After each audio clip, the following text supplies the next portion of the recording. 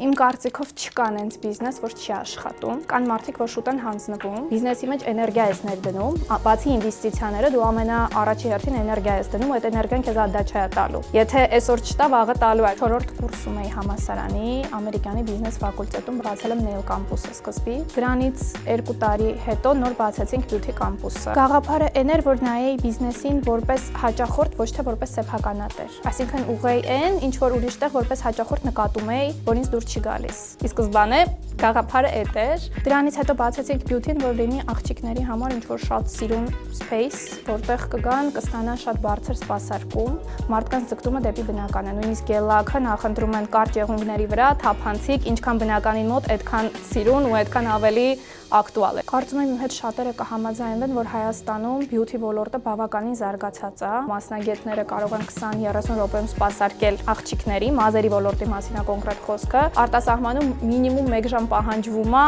ոչ այնքան խիտ, երկար, հաստ մազերի համար, ինչպիսին ունեն հայերը։ Առաջիկա տարիներին ուզում ենք beauty ոլորտով, հենց մազերի ոլորտով ունենանք սեփական արտադրանք։ Արդեն կբացենք աղջիկների համար մարզասրահ, դրանից հետո կավելանա պիլատեսը։